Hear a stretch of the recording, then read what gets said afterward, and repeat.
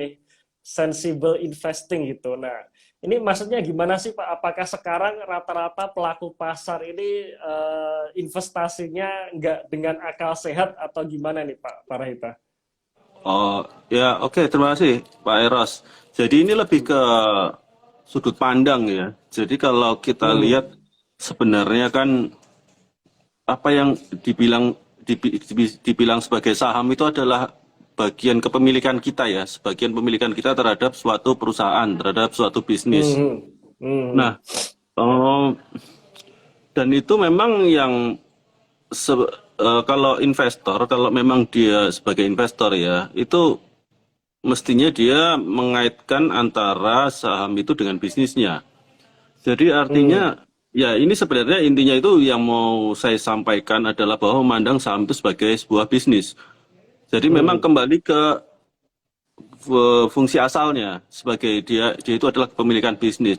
Kalau udah berpikiran seperti itu, apa sih yang kita pikirkan? Pertama, bahwa itu memang kita itu akan cari bisnis yang bagus jelas. Itu ya mungkin klise ya udah berapa kali diulang ya jelas lah itu.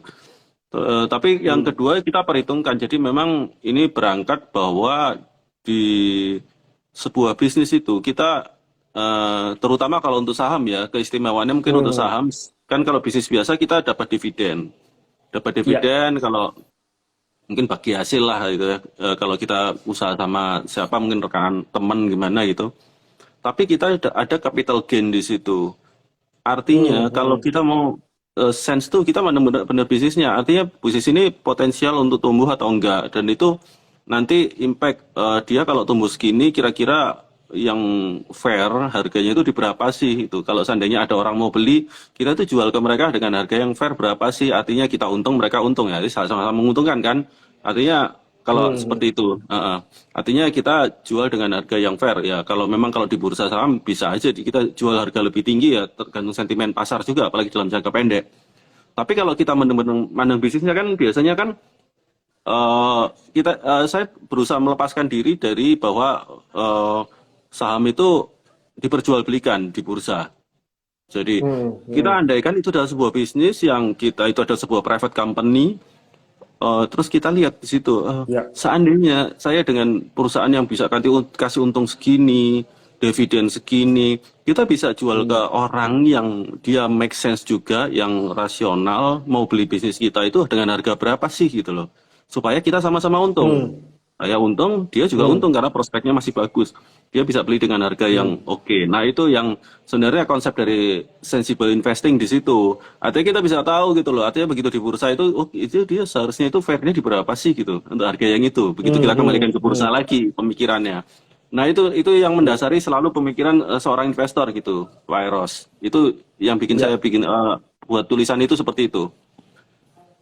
Oke, oke. Backgroundnya gitu. Iya, berarti kan sebenarnya kalau Pak Parheta sendiri memandang rata-rata investor sekarang ini masih masih Oh, sensibel atau enggak sih gitu, Pak? iya tergantung sudut pandang karena ada orang yang even kita jangankan ngomong soal antara fundamental teknikal yang sudah sampai bosen itu, Hmm, iya, ribut-ributnya itu kan ya, artinya nggak penting juga dibahas gitu loh. Tapi iya. antar kita kalau sebagai investor sendiri fundamental sendiri ada pemahaman yang berbeda gitu loh. Ada Hmm, yang itu ya mungkin kalau yang saya yang baru ini mungkin yang saya angkat itu memang yang akhir-akhir ini saya lihat yang sering lumayan kelewatan kalau maksudnya bukan kelewatan sih, kelewatan itu bukan keberlebihan ya, maksudnya itu hmm, terlupa maksud saya iya, iya. bahwa investasi itu kita di saham itu bukan cuma angka gitu loh.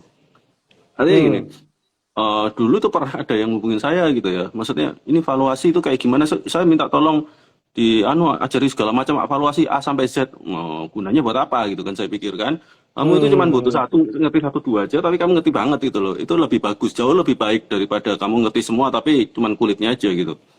Nah, hmm, dan sekarang itu kan memang ya harus diakui memang informasi itu banyak, termasuk kita punya ya, dapat data-data keuangan gitu ya yang bisa udah lebih matang lah datanya. hmm, Cuman hmm, di satu sisi di sisi lain itu jangan sampai mungkin teman-teman di sini terlewat bahwa itu ada story loh di baliknya. Artinya kita harus bisa menggabungkan story itu dengan hmm, angka itu gitu loh. Jangan mandang angka itu aja. Kalau kita lihat cuman angka misalkan gini, profit margin segini, ROI segini, bandingan A, B, C, D, E, nggak ngerti tuh backgroundnya kayak gimana perusahaannya. Apa kalau Hmm. kalau seperti itu semua perusahaan kelihatan sama itu, yang beda kan cuma ROI sama profit margin jadi karena agak aneh juga Iya, mungkin seperti itu ya. Secara logik karena kita bisnis sebaliknya itu kan bisa bermacam-macam gitu loh dia. Gimana dia bisa dapat profit margin segitu, gimana bisa dapat ROI segitu, apa konsisten selama ini gitu. Bisnisnya itu memang dia kok bisa dapat ROI-nya segitu, profit margin itu yang hmm. harus dipahami gitu loh. Nah, itu artinya jangan. Jadi kalau kalau teman-teman memang mungkin mungkin apalagi mungkin baru mungkin senang gitu ya ada data-data yang matang gitu ya. Ya kalau Hmm. kalau Hmm. ke arah situ saya cuman remind aja gitu loh. Jangan lupa loh ada bisnis belakangnya loh untuk bisa menghasilkan angka itu. Bukan sebaliknya gitu. Iya, Jadi gitu. Jadi iya. gitu kira-kira Mas Eros. Iya, berarti intinya kan ada bisnis di mana bisnis itu akhirnya berujung ke angka yang dihasilkan seperti yang Ya, dicantumkan di laporan keuangan itu, Pak ya. Ya, ya menarik ini. betul. Nah, selanjutnya tadi Pak Parahita kan menyinggung mengenai dividen nih, Pak. Nah, jadi kalau kalau Mm-mm. saya baca tuh di bukunya Pak Parahita itu di situ kan ketika milih saham Pak Parahita menggambarkan tuh seandainya tuh bahwa bursa itu hanya bisa untuk beli gitu, tapi tidak bisa jual kan di situ kan. Nah, itu. Berarti satu-satunya komponen yang bisa memberikan return ke kita kan dividen itu Pak ya. Berarti memang Iya. istilahnya kalau dari sudut pandang Pak Parahita dividen itu juga sangat penting Pak ya. Atau gimana Pak? Heeh. Gini, dividen itu, oh, ini kalau saya mau buka ya, artinya dividen itu kan kita punya yang dibagikan oleh perusahaan, tapi kalau secara Iya. logik, kita itu juga bisa punya yang namanya self-made dividend. Nah itu kalau, ya ini Hmm. teori banget sih, tapi gini, jadi gini, kalau seandainya kita punya Gimana itu Pak? 1000 Self-made dividend. Ya. 1.000 lembar saham, kita pengen Hmm. dividen sekitar 3%, ya kita jual aja Hmm. kepemilikan kita 3% setiap tahun. Apa bedanya? Karena Hmm. begitu dividen dibagikan, dia asetnya berkurang sebesar dividen itu, ya harganya turun juga gitu loh. Ya. Ya Ya. oke seperti itu. Nah, meskipun tahun depannya mungkin ya, kalau dia bagus akan naik lagi gitu kan, kemungkinan. Nah, apa bedanya kalau kita ngambil jual 3%? Kalau misalkan perusahaan tidak memberikan dividen, ekstrimnya. Itu namanya Hmm. self-made dividend. Artinya memang dividen penting kalau kita memang membutuhkannya. Artinya kita misalkan apalagi kalau kita kurang yakin perusahaannya, kalau seandainya dia pegang uang itu bisa nggak sih dia investasikan ke proyek-proyek yang menguntungkan gitu loh. Kalau kalau yakin ya saya malah nggak mau ngambil gitu loh. Dividennya secukupnya Hmm. aja lah gitu ya. Artinya kalau memang Hmm. membagikan sebagai mungkin itu kan karena kepercayaan juga ya. Artinya itu duitnya benar-benar ada loh, gue bisa bagi dividen seperti itu. Nah itu kan memang dibutuhkan memang. Itu saya akui itu memang. Tapi kalau misalkan mengharapkan yang terlalu besar seperti itu juga, wah sayang banget loh. Padahal dia itu bisa dapat return misalkan sampai 25% dari project Hmm. yang dia ke depan gitu loh. Sementara dia Hmm. bagikan dividen ke kita, terus mungkin kita nggak konsumsi, tapi kita misalkan taruh di suku atau ori gitu ya. Cuman dapat Hmm. berapa sekarang? 4,5 ya? 4,5%. 4,5 ya, 4 atau 5% Kita misalnya taruh di banyak. ori 4,5%. Kalau kita tetap taruh di dia dapat 25%. Rugi banget loh sebenarnya kalau kita dapat dividen dengan kondisi seperti itu. Iya. Artinya gitu. Jadi kalau saya pikir dividen secukupnya aja lah. Kalau memang potensinya bagus ya sebaiknya mungkin dia kelola gitu loh. Kalau kita yakin, kalau nggak yakin, Hmm. tapi aneh juga kalau kita nggak yakin ngapain kita invest di situ sebenarnya. Iya, betul betul Pak. Oke. Oke Berarti gitu Pak Eros. berarti sebenarnya tidak hanya dividen yang apa namanya yang diberikan perusahaan ke pemegang saham Pak ya, tapi tadi Pak Raita menyinggung self-made dividend. Jadi kalau misalkan kita Ya, pegang 1.000 istilahnya 1.000, kita pengen ngambil dividen 3%, ya kita jual aja 3%-nya. Kira-kira seperti itu Pak ya ya. betul. Ya Berarti kira-kira kayak berarti gitu self-made konsepnya. ya, oke Mm-mm. oke. Cuman kadang kalau kepikiran seperti itu biasanya nanti, wah berarti nanti bisa habis dong Pak itu. Itu Iya kira-kira sih. gimana tuh? Ya itu memang makanya saya bilang itu ada secara di ranah teori seperti itu. Sebenarnya hampir nggak ada Hmm, bedanya jadi sebenarnya. Tapi kan iya. kalau orang kalau orang bilang kalau orang itu bilang tidak ada beda kalau Yogi Berra bilang tidak ada bedanya antara teori dan kenyataan. Tapi pada kenyataannya ada Hmm, bedanya. iya, Itu bedanya tadi. Kalau kita cuma punya lembarnya dikit ya habis lama-lama memang. iya, betul betul. Jadi memang intinya adalah sebenarnya ini Pak, apa namanya, tidak langsung kita mengharapkan keuntungan di saat itu gitu Pak ya. Jadi istilahnya Iya. kalau kalau suatu saat kita nabung terus nih, nabung, kita beli saham terus suatu saat besar di masa depan, nah baru di situ kita bisa ya istilahnya Iya. mencicipi lah Pak ya hasil dari Iya. investasi kita gitu. Jadi Iya. bukan Betul. berarti kita beli sekarang, tahun depan langsung kita jual sebagian untuk self made dividend ya, kayaknya sih itu yang kurang tepat, mungkin seperti itu kali Pak Marhita mungkin ya. Tapi memang kalau itu memang ya betul itu sebagian besar mungkin seperti itu. Tapi ya saya pernah ketemu orang yang seperti ini sih memang Pak Eros, memang harus diakui. Memang dia itu asetnya udah besar sekali gitu ya. Artinya kalau dia invest itu kan di macam-macam, mungkin dia udah diversifikasi macam-macam, ada saham, ada obligasi segala macam. Artinya yang dia pikirkan itu safety dari prinsipalnya dia. Artinya aku udah punya net worth segini, ya nggak butuh gede-gede lah. Artinya kalau dari saham mungkin dari dividennya aja ya, itu mungkin lain cerita. Nanti sahamnya yang dipilih mungkin Ya. yang memang yang udah mature, marketnya udah mantap, market share-nya, bisnisnya mantap, dia bisa bagi dividen rutin. Nah itu kan beda lagi ya. Kalau memang dia preserve, dia berusaha untuk mempertahankan net worth-nya. Tapi kalau kita pengen Oke. growth dari aset kita ya beda lagi kan ceritanya. Dan itu kebanyakan dari kita mungkin Ya. yang cerita kalau kita pengen growing itunya aset kita gitu. Kira-kira gitu Pak Eros. Oke Pak.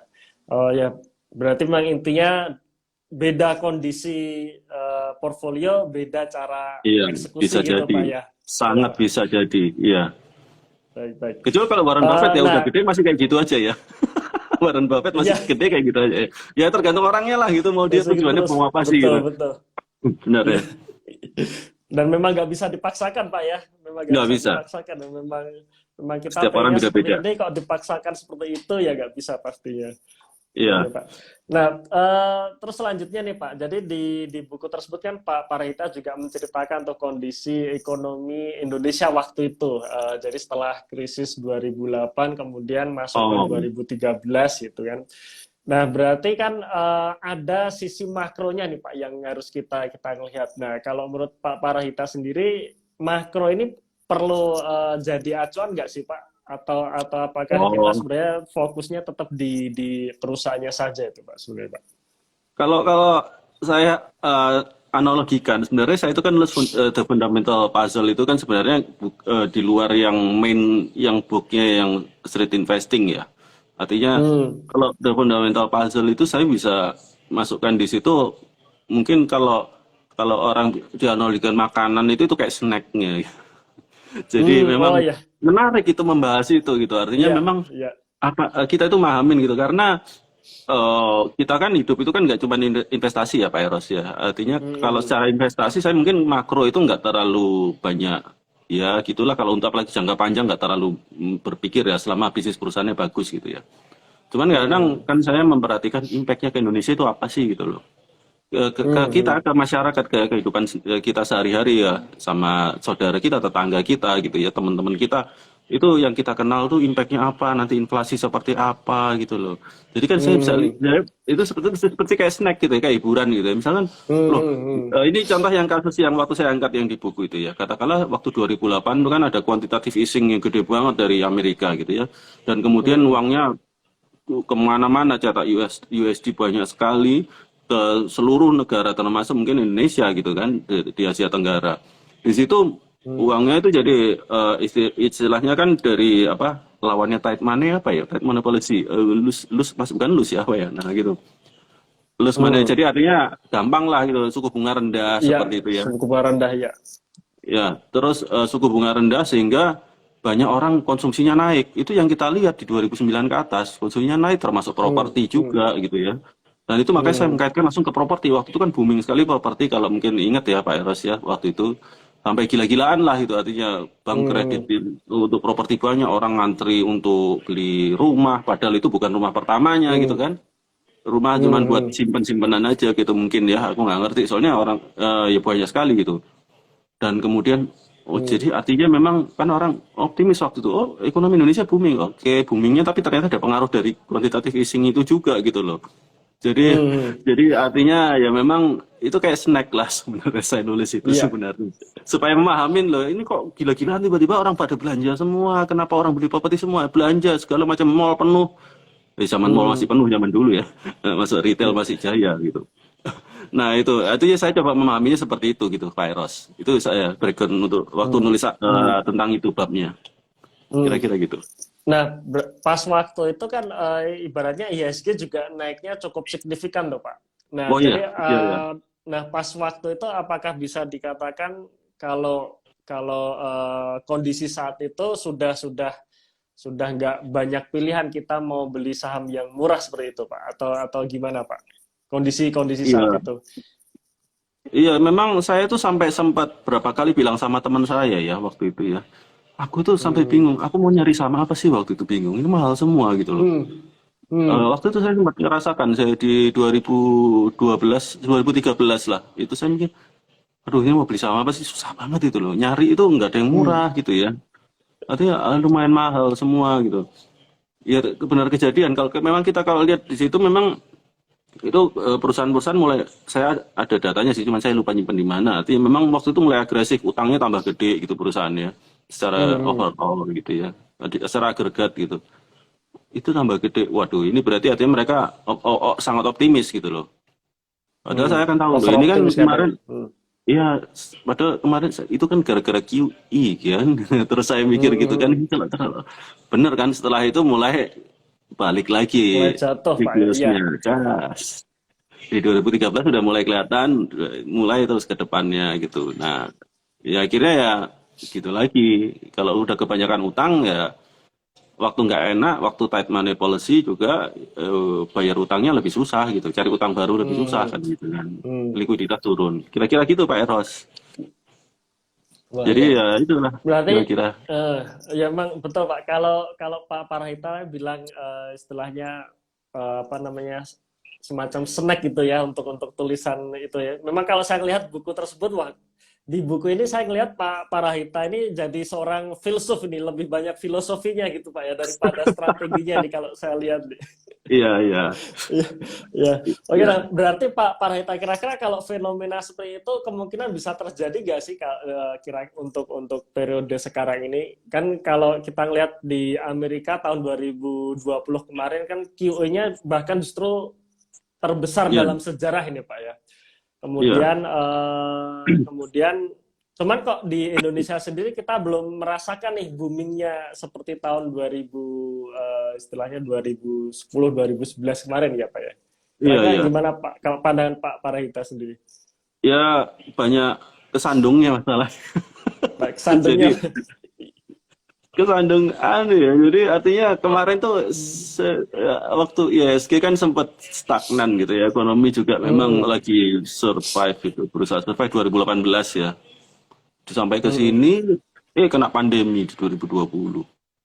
Belum selesai pandemi iya. ada perang lagi, jadi itu agak ruwet gitu memang. Jadi belum sempat Hmm, take off, turun lagi. Tapi ya alhamdulillah iya. maksudnya ekonomi kita mungkin relatif kuat ya. Kalau kita lihat meskipun inflasinya itu udah mulai agak tinggi kalau saya lihat memang sekarang. Hmm, Saya kan lihat kalau kita ya semua teman-teman bisa lihat lah kalau beli makanan aja misalkan janganlah warung di pinggir jalan aja bisa hmm, bisa kira-kira itu kenaikannya itu lumayan banyak gitu. Saya juga kaget juga itu waktu itu.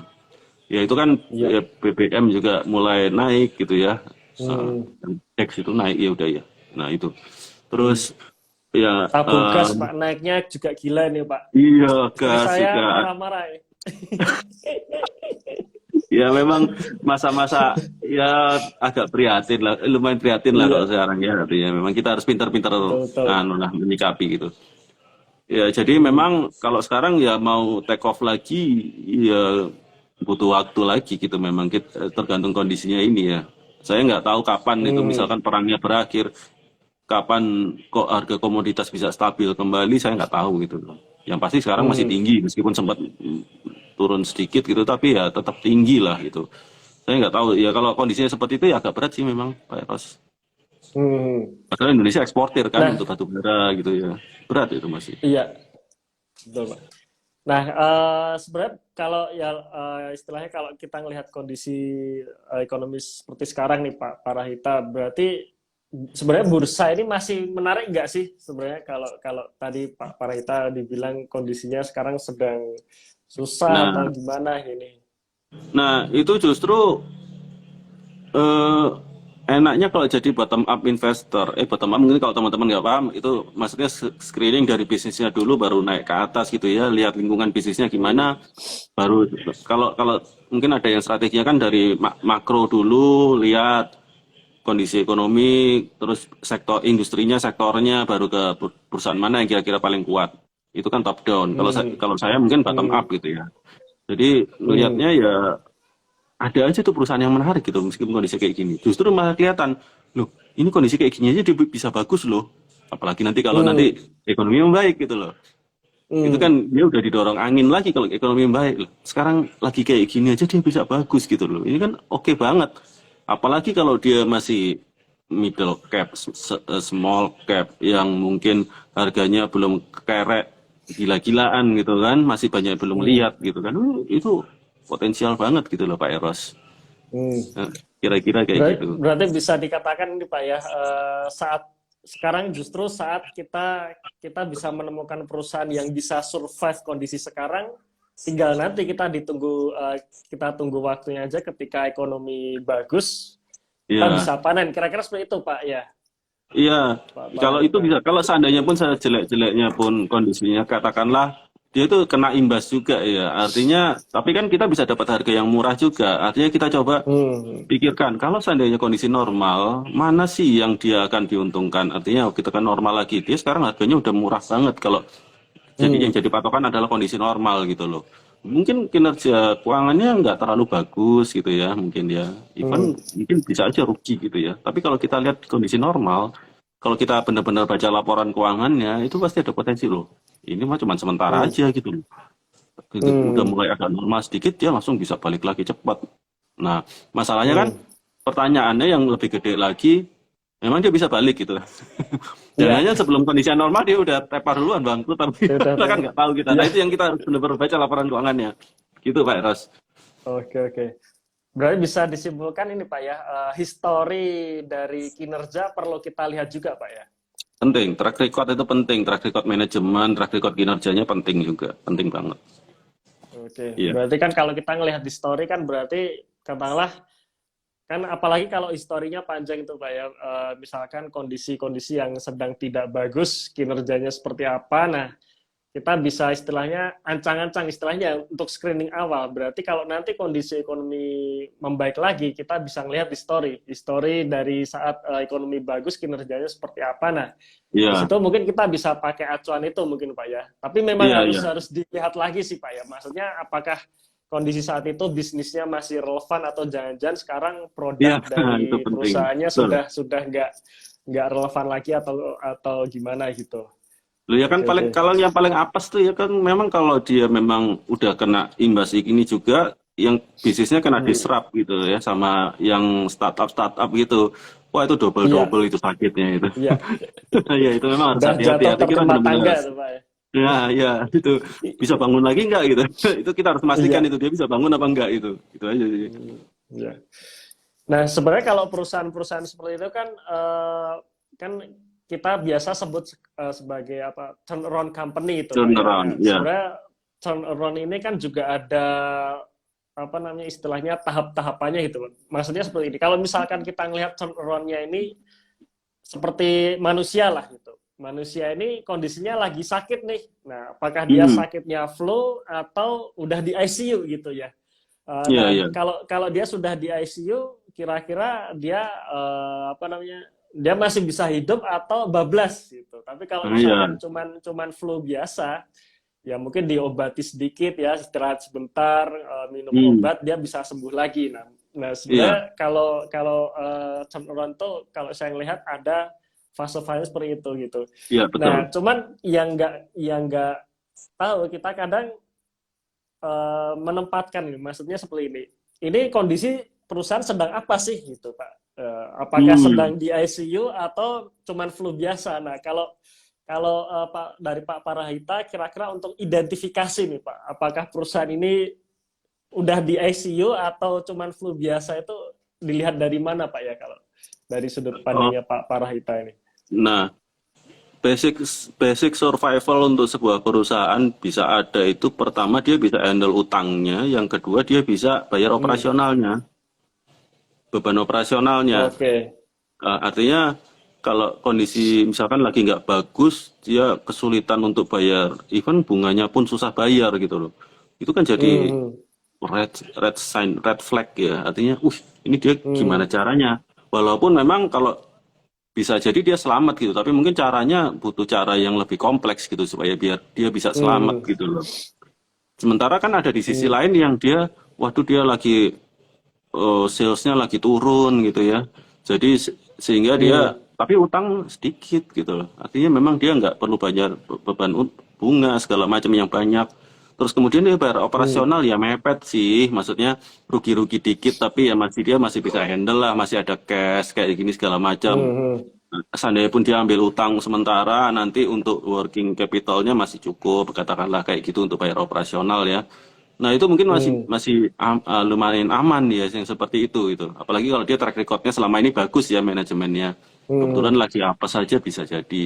Tapi kalau dia udah kesulitan bayar utang atau bunga itu, nah itu hmm, memang kita harus benar-benar cermat itu. Dia bisa lolos nggak dari ini?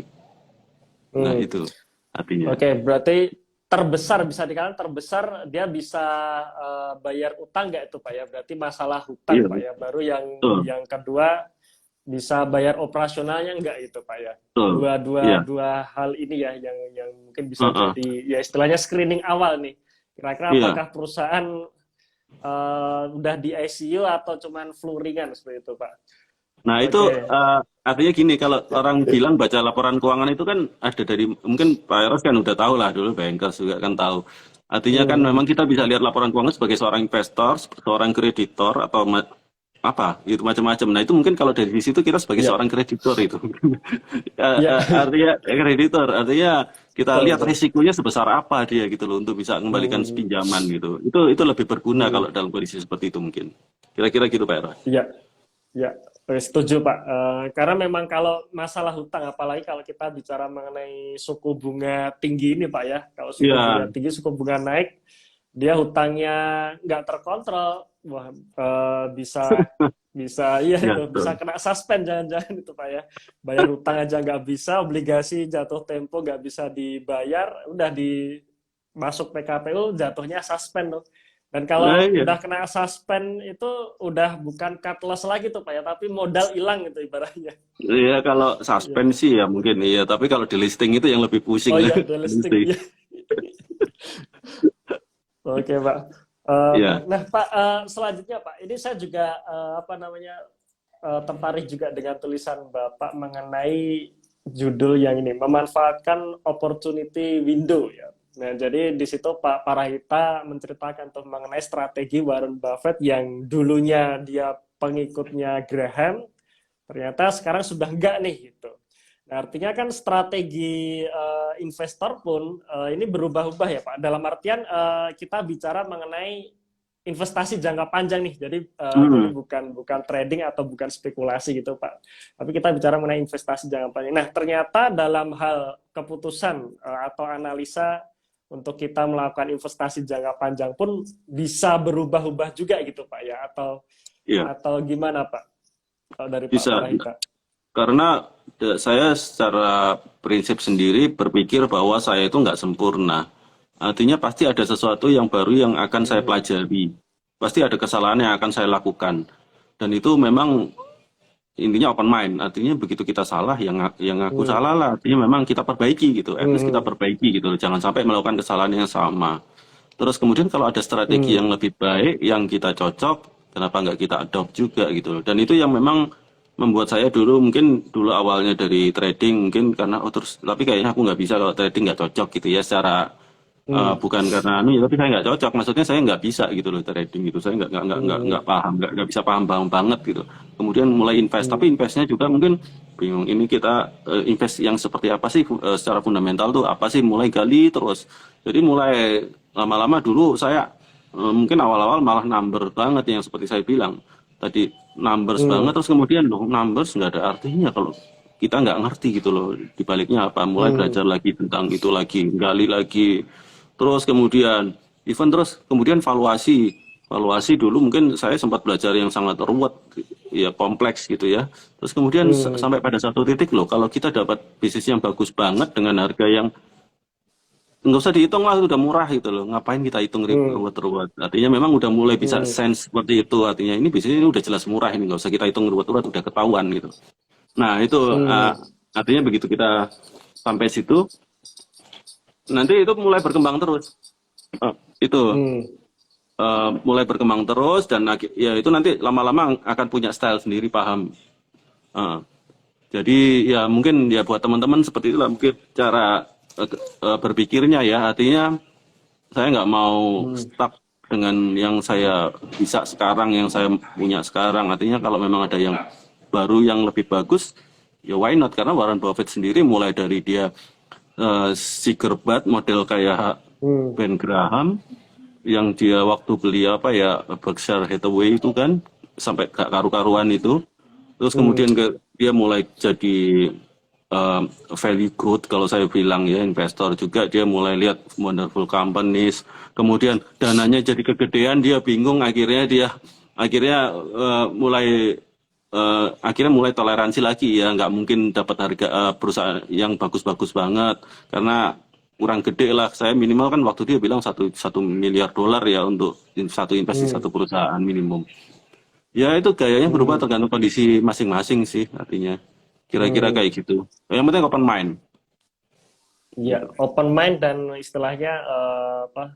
Tidak stuck di apa yang kita bisa sekarang gitu, Pak ya. Iya, Oke. betul. Tapi menurut Pak Parhaita untuk cara-cara analisa sendiri atau metode yang paling istilahnya mendekati sempurna gitu loh ya. Apakah nanti akan terus ada itu Pak metode-metode baru untuk kita invest di saham gitu. Iya sebenarnya Kalau kalau pandangan ini Pak yang Parhaita. menariknya sebenarnya gini, Pak Eros. Kalau ke depannya ya, kita kan Hmm. belajar selama ini tentang fundamental itu based on tangible assets gitu. Iya. Sebenarnya belum banyak digali dari seorang value investor itu soal intangibles. Karena masih belum bisa Hmm. memahami value-nya itu seberapa sih sebenarnya gitu loh. Gimana sih Hmm. kita bisa? Nah, itu kalau kita bisa menemukan something yang bisa mengkaitkan antara intangible dengan value or true value-nya yang bisa diterima oleh kita sebagai value investor ya, karena mungkin karena dibilang kolot ya. Jadi Hmm. jadi ya oh, agak susah. Nah, itu begitu mulai ketemu Iya. itu tadi key-nya itu nanti akan jadi generasi yang baru lagi itu Pak Eros saya pikir. Karena kedepannya Hmm. mungkin yang akan sangat dominan itu ya intangibles memang. Cuman Hmm. perumusannya itu memang kita masih agak bingung ya, ini masih Hmm. masih belum clear lah itu intinya. Mungkin nanti Hmm. ada investor hebat yang Ya bisa karena membuatnya itu, memahami itu kemudian bisa implementasikan ke strateginya gitu. Itu mungkin aja, nggak tahu kita. ya setuju Pak, karena memang kalau saya sendiri pun juga sama waktu awal-awal istilahnya kita mau investasi jangka panjang, biasanya kita cuma fokus di angka aja Pak ya. ROE Hmm. sekian, PBV sekian, Hmm. PER sekian, tanpa Ya. kita ngelihat tuh ada something nggak di balik angka-angka tersebut gitu. Hmm. Dan menarik juga nih ketika kita bicara intangible asset ini yang nggak bisa dihitung bahkan Pak ya, yang Iya, nggak ada susah. angkanya itu. Contohnya Hmm. aja merek-merek misalkan brand terkenal ini apakah memang benar value-nya itu segitu atau justru bisa lebih gede lagi mungkin Pak ya. Iya, betul. Itu yang agak susah ya. Iya, Kalau kayak dan startup juga sekarang itu ya, katakanlah dia hmm, punya asetnya sendiri adalah, ya dia kayak back to back gitu, katakanlah, misalkan kayak ojek online gitu ya. Dia di satu hmm, sisi dia punya pelanggan gitu, tapi di sisi lain dia punya drivers. Itu bagi dia itu asetnya hmm, gitu, dua-duanya gitu, dengan peranan yang hmm, berbeda hmm, sebenarnya. Dan itu yang hmm, masih belum bisa dikuantifikasi sepenuhnya itu untuk relasinya untuk value itu, betul. terus terang kalau saya sendiri sih itu Betul, itu betul, sih Pak Pak. Ernest. Ya, jadi Contohnya seperti ibarat itu. antara aset kecil dengan aset yang dimiliki tapi dengan jaringan atau ekosistem tersebut Pak ya Iya, yang betul. kita belum bisa melihat value-nya. Oke, menarik Mm-mm. sih Pak. Apalagi kalau sekarang nanti ke depan kayaknya semua sudah mulai masuk ke ranah digital semua gitu ya. Dalam Iya, artian iya. semua akan terdisrupt. Nah, ini bakal beda lagi nih cara cara Iya, itu kita gamenya. analisa Pak ya. Betul. Iya, iya, itu gamenya itu memang bakal ke depan. Oke, wah menarik nih Pak. Jadi kita siap melihat perkembangan pasar modal selanjutnya nih Pak.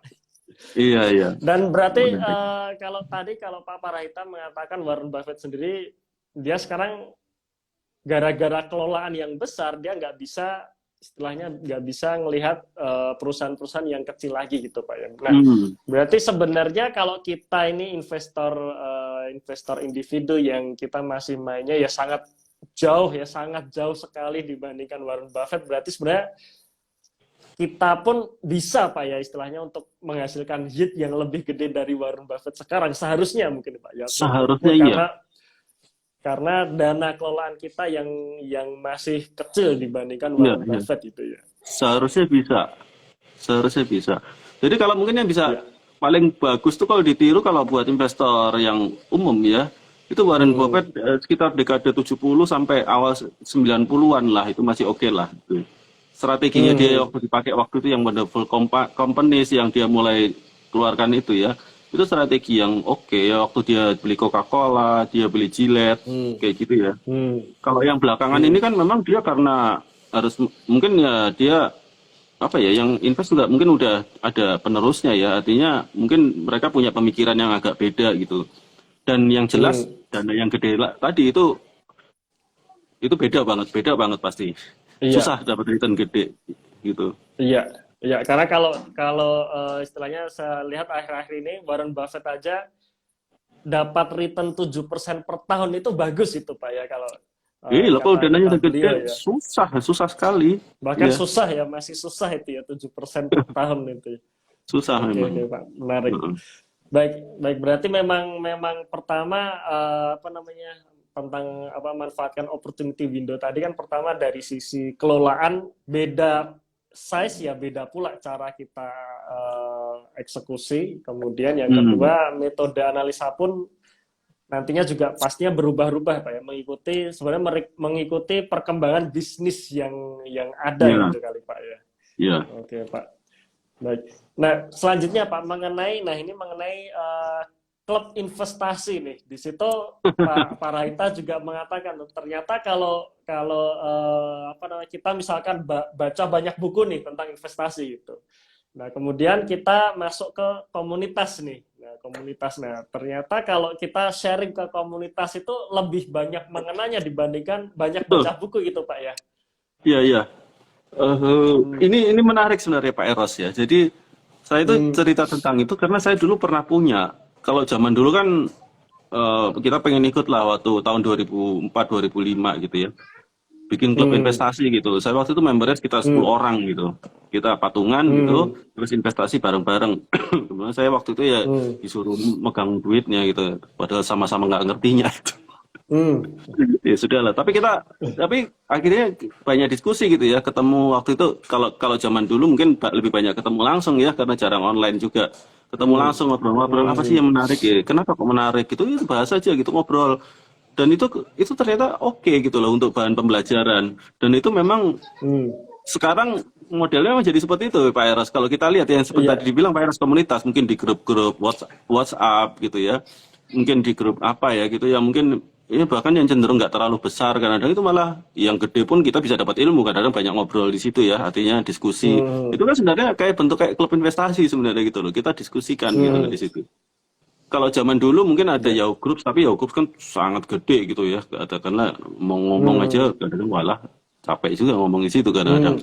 Tapi kalau WhatsApp itu nggak terlalu besar. Mungkin kalau kayak di even kayak di Instagram seperti ini pun masih bisa diskusi gitu loh. Meskipun ya kayak gitu Iya. aja dari komen kayak gitu ya. Itu ya menarik karena itu memang artinya itu persamaan klub investasi dengan platform. Jadi memang teknologi itu bisa mewujudkan itu sekarang. Itu belajarnya jauh lebih cepat. Betul. Gitu Pak Eros. Berarti sifatnya lebih mengakselerasi aja Pak ya, maksudnya lebih cepat Iya kita betul. kena ilmunya dibanding ya ya tetap kita tetap perlu baca buku Pak ya. Nanti jangan sampai nanti teman-teman yang lihat ini terus nggak mau baca buku, wah repot juga tuh. Tapi baca Iya, iya, buku iya. tetap, tapi diskusi di komunitas ternyata itu juga bisa menambah keyakinan gitu Pak ya, tentang ilmu yang kita pelajari. Iya, Berarti maksudnya kalau juga diskusi itu penting Pak ya. ada modalnya gitu. Maksudnya diskusi itu ada modalnya apa yang Oh iya. diomongin gitu loh. Kalau dari baca buku Oh kan iya, ada yang kita bisa maksud betul maksud betul saya Pak. itu. Jangan sampai ya Nggak jangan ilmu sampai mentahan ngobrol gitu loh. kosong gitu. Iya. Iya, iya. Oke oke Pak. Baik. Baik. Nah, ini Pak, terus kemudian selanjutnya mengenai ini Pak, the law of 72 ya mungkin di sini banyak teman-teman yang belum ngerti nih, the law of 72 ini bisa bisa Itu saya iseng di-sharingkan Pak banget itu. kita. Ya, Saya itu iseng banget kok loh. bisa kok bisa ketemu angka 72 itu dari mana itu Pak? Itu saya itu kan suka iseng ya kadang makanya saya tulis itu nggak Hmm. saya bukan iseng itu kan karena keisengan saya gitu loh. Saya itu kan nggak gampang percaya kalau kayak gitu skeptisan. Orang kok bilang 72 Hmm. dibagi return kok jadi 2 kali lipat dari mana angkanya gitu kan. Saya kan pasti gitu kan Nah, mikirnya. Nggak percayalah itu coba ya akhirnya saya coba cari tahu gimana caranya. Ya begitu ketemu saya buat hmm. tulisan itu. Oh ternyata memang benar seperti itu. Ada turunan Hmm. rumusnya. Itu iseng banget saya itu memang tapi Oh, terus terang aja ya. iseng cuman jadi tulisan nih Pak ya, akhirnya bisa dibaca Iya. banyak orang ya. Iya, Ya, iya, Pak boleh betul. boleh dijelaskan Pak, 72 itu untuk perhitungan apa sih Pak? Ya, kalau Angka kita 72 itu. investasi, Hmm. kalau kita 72 dibagi dengan return kita, itu adalah waktu yang dibutuhkan untuk menjadi 2 kali lipat. Jadi kalau misalkan kita bisa dapat Hmm. return setahun 12%, berarti kan Hmm. 72 dibagi 12 itu sama dengan 6 tahun. Jadi 6 tahun Enam. kalau kita return 12% dalam 6 tahun jadi 2 kali lipat. Sebenarnya eksaknya Oke. itu di 69, berapa, tapi ya 72 juga oke lah. Nah, itu ada Hmm. lagi, kalau mau berlipat 3, itu rule of 115, 114. 114 dibagi return Hmm. itu jadi itu waktunya untuk jadi 3 kali. Jadi tiga Ya, kali. Oke. mm-mm. Berarti Ya sebenarnya itu kan ada turunannya. Hmm. yang terpenting ngelihat returnnya sebenarnya Pak ya. Jadi kan tergantung Iya, returnnya itu Pak ya. Kalau returnnya betul. makin gede, ya makin cepat Makin pula cepat. kita dapat Mm-mm. mendobelkan modal kita gitu. Kalau kalau enggak ya Iya, makin panjang gitu. Oke, jadi iya. sebenarnya bukan patokan apa-apa ya Pak ya, 72 atau 114 ini gitu Pak. Oh ya, jadi Eh, sempat kemarin ada ya mungkin dia mungkin semangat gitu ya. Jadi mungkin hmm. salah mengerti. Jadi artinya 72 itu berapa pangkat 72 gila itu berapa pangkat 72 itu gimana aku Oh, nggak ngerti mungkin di akhirnya ya saya anu lah itu sebenarnya sederhana nggak usah dipikir ruwet-ruwet lah mungkin dia udah mikir ruwet kemana hmm. pangkat-pangkat segala macam bukan pangkat itu mah cuman Hmm. hitungan sederhana aja. Nah, ya kira baru dia baru Hmm. paham itu gampang gampang banget Ya. sebenarnya. Oke oke ya. Baik, Ya, berarti memang apa namanya bukan acuan untuk kita istilahnya pilih saham atau investasi bukan Pak ya itu cuma perhitungan aja lah ya itu perhitungan oh ya kira-kira untuk memudahkan kita untuk gitu. ya memudahkan kita berapa nanti kira-kira butuh waktu berapa lama sih untuk kita mendobelkan modal kita nah sehingga kita bisa ancang-ancang nih oh berarti kita cari return yang kira-kira bisa menghasilkan yield Ya, sekian per tahun gitu Pak.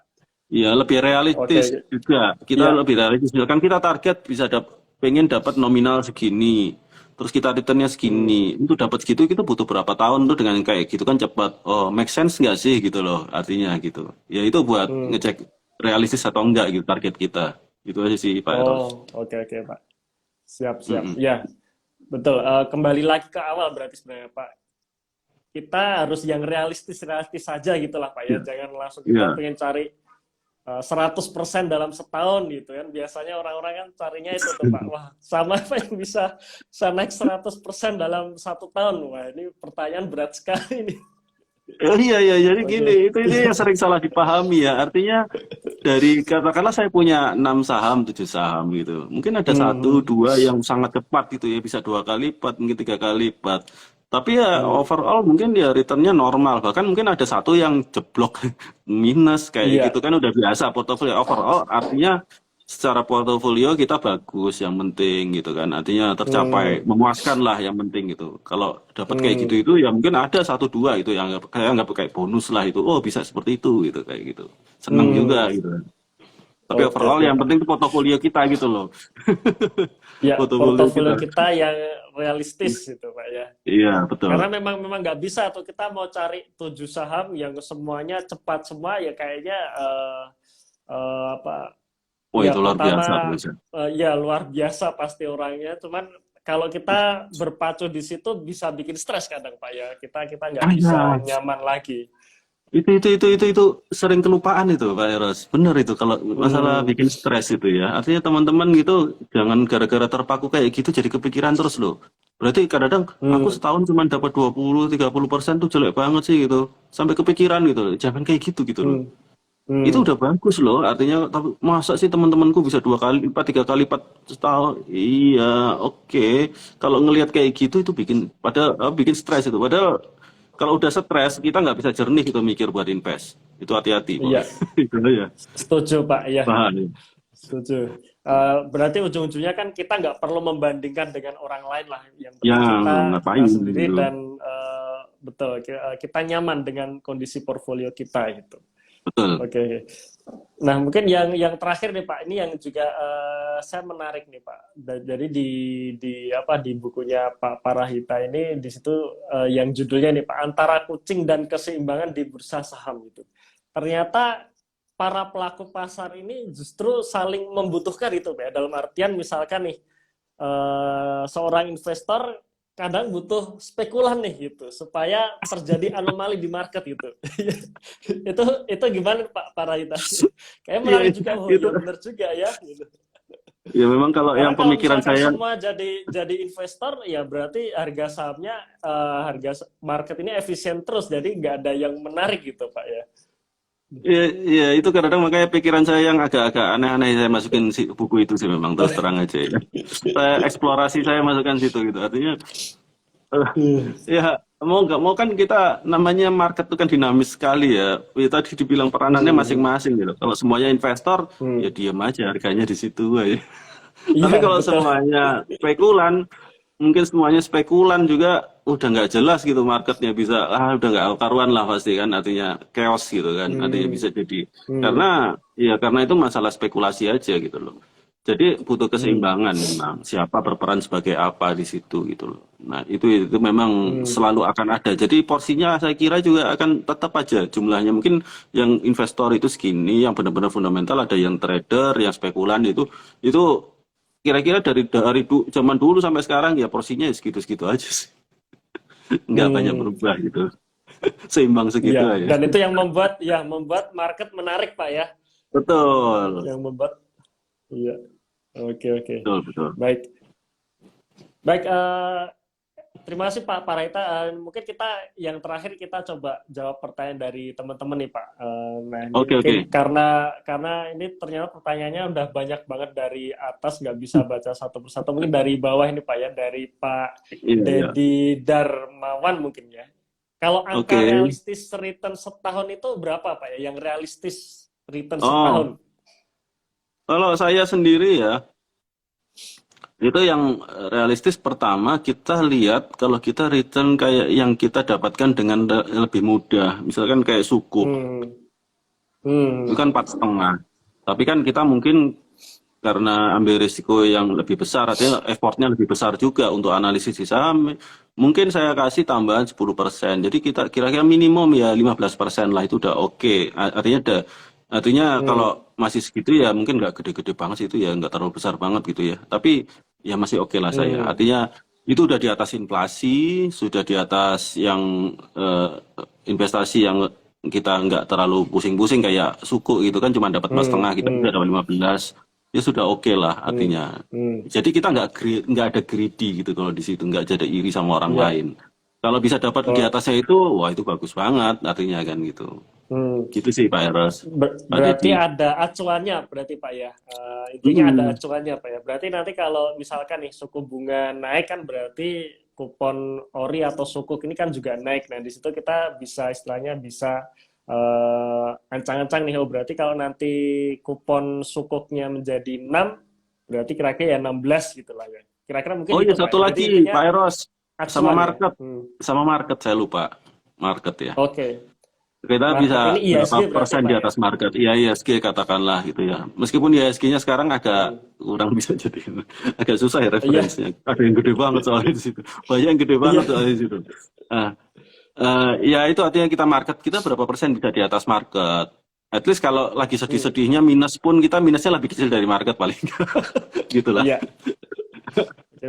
Setuju Pak. Saya karena juga gitu Iya. waktu tahun dua ribu Nah, dua puluh kemarin itu balik modal itu udah bersyukur itu saya waktu betul tahun dua betul. ribu Itu dua puluh nggak lalu. gampang. Iya betul. Iya, ya betul Pak. Jadi bisa pakai acuan sukuk yang investasi zero risk itu ya, atau plus juga Hmm. market Pak ya, ISG. Iya Jadi betul. kalaupun nanti misalkan ISG ambles pun ya istilahnya sudah sewajarnya sih portofolio kita juga juga minus, tapi ya paling tidak minusnya tidak sedalam ISG, harapannya seperti itu. Mungkin gitu Pak Parahita ya Iya. mungkin ya. Oke Pak. Saya itu sampai pernah gini Pak Eros ditanyain, Hmm, hmm, kalau apa gimana caranya kita beli saham yang kalau hmm. marketnya turun dalam saham kita masih plus mati gue bilang gue tanya gitu.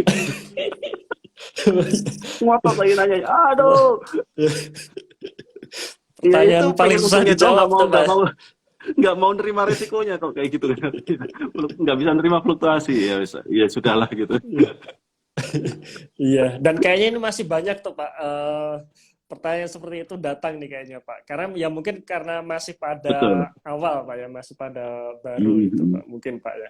Tapi Ya nanti sih ke depan saya yakin sih mereka-mereka yang baru pastinya juga harusnya sih lebih terbiasa lagi sih ya. Karena kalau betul. kita ngelihat mereka yang baru masuk, terutama masuk tahun 2020 ini kan merasakan enaknya market tuh Pak. Masuk Iya. pertengahan 2020, lanjutkan 2021 kan masih bagus tuh. Nah, baru ngerasain Hmm. turun kan sekarang nih. Nah, baru teriak-teriaknya sekarang nih. Iya Itu itu, ya yang pasti saya ada lihat fase-fase seperti beberapa itulah. teman. Iya, Ada oke oke. fase-fase seperti itu. Eh, dan itu nggak bisa dihindari Pak ya. Pasti akan terjadi terus kayaknya Pak ya. Iya iyalah, setiap 2 tahun setahun dalam setahun aja sempat turun lumayan banyak, apalagi 2 tahun 3 tahun Iya, tuh paling berapa kali lah pasti ngalamin turun lah pasti. Nggak bisa naik terus iya. gitu kan intinya gitu. Hmm, siap, siap. Oke, nah mungkin ini pertanyaan terakhir Pak dari Pak Mm-mm. Kurniawan Dani. Eh, Mm-mm. Pak, di BI itu kan ada ratusan saham nih Pak. Tips untuk screening awal Pak, gimana Pak Parahita? Oh, itu kalau pengen lebih simpel ya pakai screener yang kayak yang saya bilang kayak di Financial Times di AFT.com atau mungkin apa ya kalau Stockbit itu ada juga kan kalau yang pro itu. Ya whatever lah Hmm, pakai apa aja bisa gitu ya. Kita kasih hmm, kriteria tapi jangan terlalu ketat. Nanti yang bagus tapi hmm, sebenarnya jadi nggak lolos gitu ya. Kita agak loose lah. Mungkin ROI-nya kita kasih minimum bukan 15% atau 20 tapi cuma 10% minimum ROI. Utangnya juga jangan terlalu hmm, ekstrim, harus di bawah setengah atau gimana gitu ya, yang agak loose gitu ya. hmm, Karena kita cuman awal aja hmm, pengen dari 700 mungkin kita pengen ambil 200 300 gitu ya. Nanti kemudian kita bisa lihat yang menarik hmm, mana lagi. Nanti kita baca satu-satu. Ya mau nggak mau harus baca satu-satu gitu loh. Pada hmm. akhirnya. Tapi paling nggak yang benar-benar jelek itu kita nggak baca. Intinya Iya, itu. Tujuan dari screeningnya itu supaya lebih gampang. Ya, oke. gitu Eh, gitu. Disimpulkan sebenarnya screening ini paling tidak untuk kita milih perusahaan yang paling nggak cukup bagus, tapi tetap dibaca satu-satu itu Pak ya berarti ya. Poin Oh pentingnya iya sebenarnya di situ Pak ya. harus. Ya Tetap harus. dibaca satu persatu ya. Jangan Jadi tidak gara-gara itu ada beli. jadi tidak ada langsung, karena ini Pak biasanya kalau yang baru awal nih kalau bicara mengenai fundamental pasti langsung tanya ke kita ini biasanya gini. Ini ROI-nya sekian, SPBV-nya sekian per sekian gitu. Bagus nggak atau murah nggak gitu. Nah, ini Itu sebenarnya paling masih sering itu. masih iya, masih belum pas Iya, itu iya. ya. Dalam artian tetap harus kita ngelihat dalamnya seperti apa itu Pak ya. Mm-mm, betul. Oke, oke. Baik, Pak Paraita, mungkin ini nggak kerasa udah jam 9 aja nih Pak. Ini juga Gitu ya. nggak, Iya, iya, iya, iya. kalau ngobrol Oke, dengan Pak oke. Paraita ini enak nih. Nggak tahu tiba-tiba udah 1 jam aja nih. Ya Ya, sebelumnya, Terima kasih Pak Paraita Iya, iya, atas sama-sama Pak waktunya. Eros. Senang sekali Pak saya kalau bisa ketemu ngobrol dengan Pak Paraita ini karena banyak insight dari Pak Paraita ini juga. Teman-teman silahkan follow juga Instagramnya Investasi Jalanan. Di situ banyak postingan dari Pak Paraita yang bisa kita pelajari ya. Terima kasih Pak Paraita atas waktunya. Insya Allah Sama-sama Pak kita Eros. ketemu lagi Pak. Iyalah. Semoga sukses selalu. Kalau bisa langsung ketemu Amin, offline amin. lah. Nanti main ke sana Siap Jogja ya, Pak. gitu. Atau Iya di Pak. Jakarta mungkin Pak Eros. Kita ketemu Boleh nanti. Pak, boleh Pak.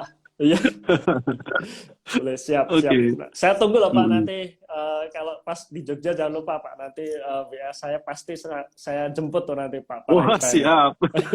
Karena liburan ini enak. Siap. Baik, Oke, masih oke. Pak Paraita sekali lagi Sama-sama selamat Pak Eros. selamat istirahat. Yo, sama-sama Selamat malam. malam. Yo Pak Ya, Eros. Teman-teman semua, makasih. malam teman-teman. Ya.